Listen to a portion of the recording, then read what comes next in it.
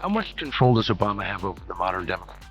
He's the most influential person in the Democratic Party today. But I would say that his influence wanes as the years go by. He's not as influential now as he was 4 years ago. Times change, new people come in. Think about him as he's got a fundamental left-wing ideology, but he's a lot more practical than that. He's all about just winning for himself. And, I think about when he ran for president in 2008, he supported a border wall. Oh, yeah. Right? It's practical politics at that time. He was willing to just ditch that right away. I would say as time goes by, his influence will wane, but probably 4 years from now, he'll probably still be the most influential Democrat. Hey, guess what? Barack Obama wasn't just a president. He was like a superstar who always had everyone's attention.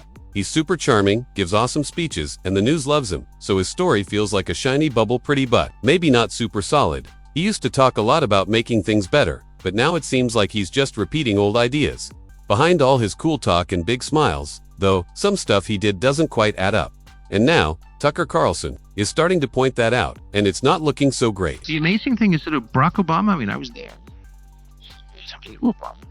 He ran against all this. Yeah, he did. Right? Iraq was bad war. Afghanistan was good war. He ran a campaign against it. But he ended up throwing into prison the guy who told the truth about it. Okay, so Obama's latest drama is like watching the same bad TV show again. This time, people are talking about him maybe being too friendly with Russia, which is funny because he used to act like that was no big deal. There's a bunch of confusing stuff that could make your head spin, like a puzzle you can't solve. And who's calling him out? Tucker Carlson, with a big grin, tons of proof, and jokes that are super sharp. Now, he's a Netflix producer, along with his eight-petaled wife, Michelle. He's producing more racial division. The latest is called Leave the World Behind. It's a fictional thriller about the collapse of technology and what humans would do with no phones or computers. The movie follows a family on vacation at a rental house, and one night they're visited by a father and a daughter who show up seeking shelter. They say their phones no longer work and they need a place to stay. So immediately the white family, because they're evil, that's encoded in their DNA of course, is suspicious of the visitors because they're black. And it goes on and on and on like this. Here's a clip. An option for you to remember is if the world falls apart, trust should not be dulled out easily to anyone, especially white people. You can't trust white people. They're evil. This is the guy, remember, who became famous at the Democratic Convention in 2004 by telling us there's no white America, there's no black America, it's just one America. Of course, that's not really a profit model in politics, is it? So he's been stoking race hatred ever since, and the disarray around us is the result. Obama used to be called a hero who'd make everyone get along. Now it's like he's secretly pulling strings behind the scenes, smiling in the background and popping up to say something cool while others deal with the mess. But Tucker Carlson isn't letting that slide. He's like, let's pull back the curtain.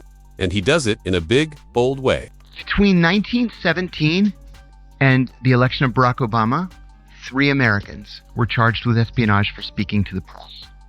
Under Barack Obama, 8 people, almost 3 times all previous presidents combined, were charged with espionage for speaking to the press. 3 times. And none of them was charged with lying. Not a single one of them. Because lying is not a crime.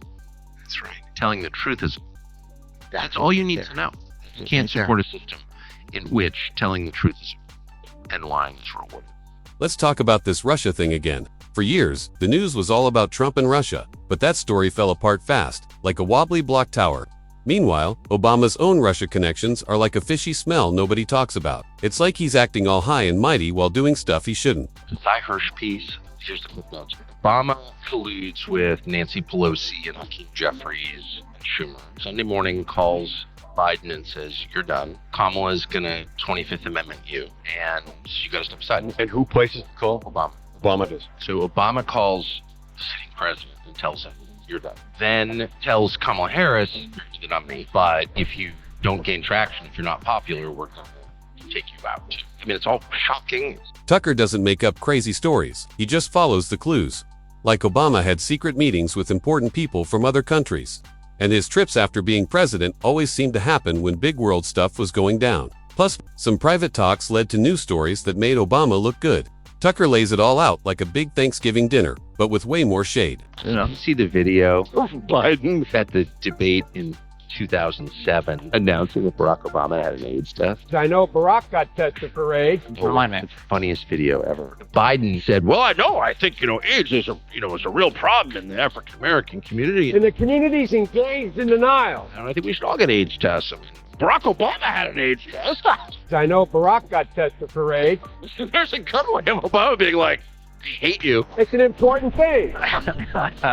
Biden's like, which is totally good. I think he's negative, but I mean, all men should get an AIDS.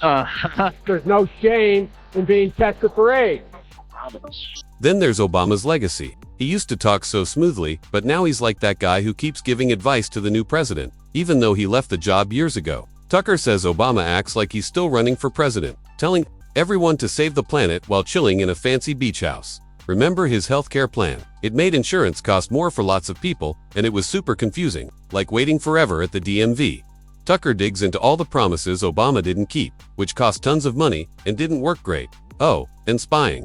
Tucker says Obama's team was secretly watching journalists and others, calling it keeping us safe, but it feels sneaky. Disgusting. Yes, Sam Bankman-Fried, Of course. right? Oh, I just drive like a shitty little Toyota. It's like, oh, actually, you're just frauding. Michelle Obama goes to Princeton for free and has been in the ruling class her whole life, and she's still lecturing you about how she's a victim of racism. Hillary Clinton, exact same thing, goes to Wellesley, spends her entire life in the ruling class, and she's still whining about how she's discriminated. Why are they doing that? Yeah, you ever see pictures of Jimmy Carter's house Yes. and Obama's house? We would allow people who call themselves public servants to get to live in this insane man. The news loves Obama, like, a lot, but Tucker's like that kid who shows up to a party with a megaphone and a pile of facts nobody wants to hear.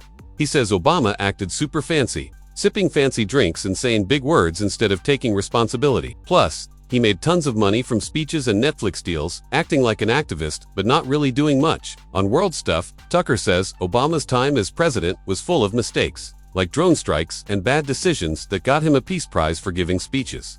Tucker also says Obama got too cozy with big tech companies, which led to them controlling what we see online. Super creepy. I remember Hunter Biden, who was my neighbor for many years, telling me more than once, when Biden was vice president, how much they despised Barack Obama. He despised Barack Obama. Well, what he did to Joe Biden in 2016 to say we're going with Hillary Clinton, that and the Biden family, that's as bad as it gets. That's as treacherous as it gets. And then in 2020, he didn't really support him until he had to, when it was just. Now, let's talk about culture stuff. While Obama was giving smart speeches, the country was getting super divided. Tucker says Obama quietly cheered on those fights, like he was selling snacks at a big argument. And that Russia thing, well, everyone blamed Trump. Obama's name kept popping up in weird places. Tucker says it's not like Obama was besties with Russia, but his moves always seem to help everyone except regular Americans. He's got this smirk, like he knows a secret, but all he gives us is old sayings and a super calm voice. After being president, he's living it up with fancy trips and celebrity friends, acting like he's still the coolest guy ever. Tucker just laughs at it because it's not exactly man of the people vibes. Why would Barack Obama, and I'm sorry to be cynical, but I spent all 8 years of his presidency in the United States watching carefully. Why would he tweet out like it's a great thing that it's going to take days to find out who the new president is? Election workers are heroes. Respect them. Thank them. Don't share things before checking your sources. I'm trying not to use the F word on YouTube, but how dare you, Barack Obama? You liar! Lecture me about accuracy and then let the process run its course. It takes time to count every ballot. Well, not in. Remember the Iran deal? Tucker says it's like a bad movie that keeps coming back. It's confusing, scary, and paid for by our taxes. Tucker picks it apart like a pro, showing how it's all talk and no sense. He doesn't yell, he just points out the problems and lets Obama's own mistakes do the talking. Obama's big legacy is basically speeches and beach photos. But his healthcare plan was so messy, even the people who made it didn't get it. And now he's got Netflix deals, acting like he's fixing problems he helped start. Plus, that Russia stuff. The guy who laughed at old school spy fears is now tangled in some shady international gossip, acting like it's no big deal. Really struck me. He was talking about the drone program. He killed 10 times more people with drones than George W. Bush did. And he said, I never realized I would be so good at killing people. He's a cold human. What is that? That's sociopathy. Yeah, well, for sure. You have to be a sociopath to even think that way. Yes. But he surrounded himself with other sociopaths. The news treats Obama like he's perfect, like it's a big show where he's the star, but he can't keep playing innocent when his team use spy agencies like game pieces. That's not being a leader, that's being sneaky in a fancy suit. He dodged trouble like a magician, but the only thing that disappeared was him taking the blame. And just when you think he's done, he pops back up, acting like the coolest teacher at a party he wasn't invited to. He's still talking, still spinning stories, thinking his charm is enough. But Tucker says it's all a big illusion, and if it fades, all that's left is a guy who won't admit he's not perfect. And the best part, this story's not done. From fake promises in Syria to fancy Hollywood parties, Obama's time was all about looking good, not doing good. Tucker puts it all out there like a museum display called How to Talk Big and Do Nothing. I'll just say it. I'm not surprised at all. I watched what happened in Rhodesia, and it became Zimbabwe in 1980. And, something identical happened. There's a lot of killing, and they drove it, to the bottom rank of nations, the poorest country in the world. And following exactly the same script, I always thought that would happen in South Africa. I wanted to be wrong. Turns out it wasn't. What really bothers me is that the West has allowed this and cheered it on. Because I live in the West. I live in the United States. So I don't want to think that my leaders are for killing people on the basis of race, but watching how they stood by and applauded, Barack Obama's applauded all this stuff. It tells you everything about Barack Obama. While everyone else's Russia stories turned out to be fake, Obama's name keeps coming up in shady deals, like he was chatting with powerful people at a fancy party. Tucker loves pointing this out, showing how all the pieces fit together a bit too well. In Obama's team, a bunch of super smart people who thought running the country was like giving a cool speech. Tucker totally roasts them, saying they couldn't even run a lemonade stand without making it super complicated. I would love... Not allowed to talk about Obama?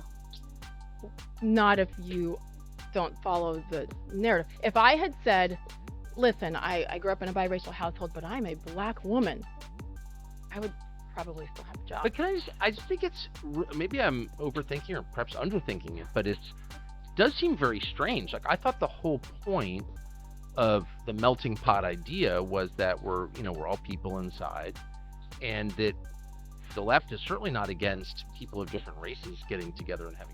Every time Obama shows up with his calm voice and clever smile, Tucker's there to say, hold up. He thinks Obama's great at looking smart while passing off the hard work to others, like a boss on vacation. His plans, like school changes or green energy talk, sounded awesome but didn't really work out. He'd talk about saving the planet while riding in huge cars, or gun control while guarded by security. Tucker says Obama was quietly steering the country toward a fancy-looking mess. He wraps it up, not finishes. Just takes a break by saying, Obama's all about looking good and being loved, but his big words never really fixed anything. And since this drama's not over, Tucker's ready with more jokes, waiting for Obama's shiny image to keep falling apart.